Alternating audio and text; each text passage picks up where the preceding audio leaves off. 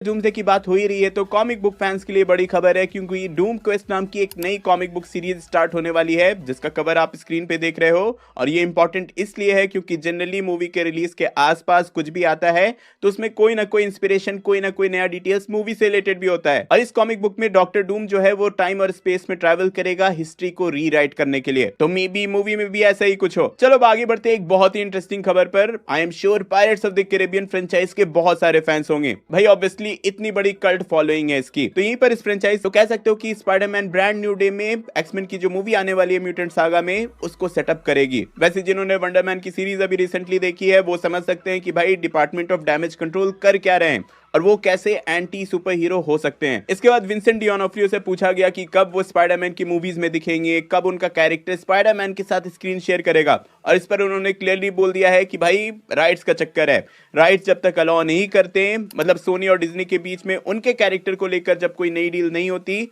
तब तक वो लाइव एक्शन मूवी में नहीं दिख सकते हैं, वो सीरीज तक ही लिमिटेड है। और यहीं पर एक बहुत ही इंटरेस्टिंग फोटो आई है स्पाइडरमैन ब्रांड न्यू डे के सेट से जहां आप क्लियरली देख सकते हो कि बहुत सारे लोग हैं, लेकिन ध्यान दोगे तो यहाँ जैकी चैन भी है। एक्चुअली ये स्टंट टीम है जैकी चैन की जो कि स्पाइडरमैन ब्रांड न्यू डे में स्टंट कोरियोग्राफी कर रहे हैं। तो हाँ, जैकी चैन के स्टंट टीम का नाम ब्रांड न्यू डे से जुड़ा हुआ है। चलो अब जाते आते पूरा फोकस ले आते हैं अवेंजर्स सीक्रेट वॉर्स पर। सीक्रेट वॉर्स से रिलेटेड अभी के लिए बहुत सारे रूमर्स आते रहते हैं, जहां सबसे पहला रूमर तो ये है, मतलब हर वीक ये रूमर आता है कि डेडपूल का कैरेक्टर जो है वो अवेंजर्स सीक्रेट वॉर्स में दिखेगा। इवन एक और रूमर जो हर वीक आते रहता है वो इस वीक भी आया है कि भाई तीनों स्पाइडरमैन, मतलब टॉम हॉलैंड का स्पाइडरमैन, टोबी मैगवायर का स्पाइडरमैन, एंड्रू गारफील्ड का स्पाइडरमैन, ये तीनों ही सीक्रेट वॉर्स में दिखेंगे और तीनों का इंपॉर्टेंट रोल होगा। फिर एक इंटरव्यू में बातों बातों में मार्क रफेलो ने क्रिस हेम्सवर्थ के कैरेक्टर को, मतलब थॉर के कैरेक्टर को टीज करते हुए बोल दिया कि वो सीक्रेट वॉर्स में दिख सकते हैं। बेसिकली मार्क रफेलो और क्रिस हेम्सवर्थ एक दूसरे का स्पॉइलर शेयर कर रहे हैं। और इसके बाद हल्क के कैरेक्टर को भी लेकर ये खबर है कि ब्रांड न्यू डे और सीक्रेट वॉर्स में